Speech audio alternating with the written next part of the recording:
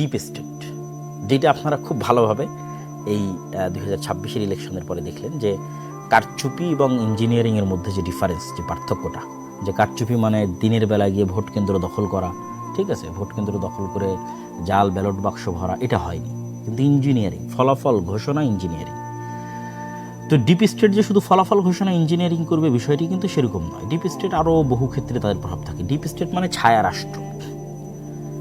ছায়া রাষ্ট্র যদি আপনি আরও ভালোভাবে বুঝতে চান তাহলে বুঝতে পারবেন যে ডক্টর ইউনূস কেন সাকসেসফুলি কাজ করতে পারেন, কেন বাংলাদেশের যে ডিপ স্টেট এইটা তাকে সাকসেসফুলি কাজ করতে দেয়। প্রতিটা রাষ্ট্রের ডিপ স্টেট থাকে, আমেরিকারও ডিপ স্টেট আছে।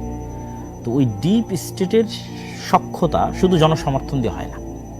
যেটা আমি বহুবার বলেছি যে আপনাদের 16 কোটি মানুষের ভোটের মূল্য প্রথম আলোর কাছে একটা খড়ের টুকরাও নয়। এই কথাটা আপনারা আমার বহু বক্তব্য শুনেছেন। কেন বলেছি এটা? কেন প্রথম আলো হচ্ছে ডিপ স্টেটের পার্ট, ঠিক আছে? তো এই জিনিসটা আপনাকে বুঝতে হবে যে ডিপ স্টেট মানে আপনারা সব 16 কোটি মানুষ ভোট দিয়ে দিলেন আর ডিপ স্টেট পরিবর্তন হয়ে গেল, এটা কিন্তু না। ডিপ স্টেট মানে বহু বাইরের এমবেসি, তাদের সাথে যোগাযোগ, দেশের মধ্যেকার অসংখ্য প্রতিষ্ঠান যেমন আর্মি, সেনাবাহিনী, ঠিক আছে, এস্টাবলিশমেন্টের মধ্যে যারা আছে, বড় বড় ব্যবসায়ী, এর মধ্যে মাফিয়ারাও থাকে, ঠিক আছে।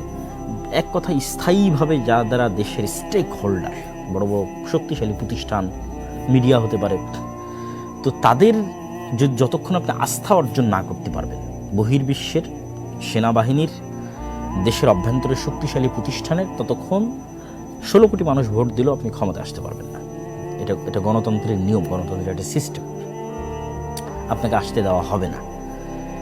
এই সিস্টেম, এই কাঠামো যতদিন থাকবে ততদিন এটাই ঘটবে। তাহলে আপনাকে আস্থা অর্জন করতে হবে তাদের। তো সেক্ষেত্রে এখন আপনি বলবেন যে ভাই আপনি তো শুধু হতাশ করেন গণতন্ত্রের বিষয়ে, তাহলে যারা গণতন্ত্রের রাজনীতি করতে চায় তাদের কি কোনো আশার জায়গা নাই? আছে।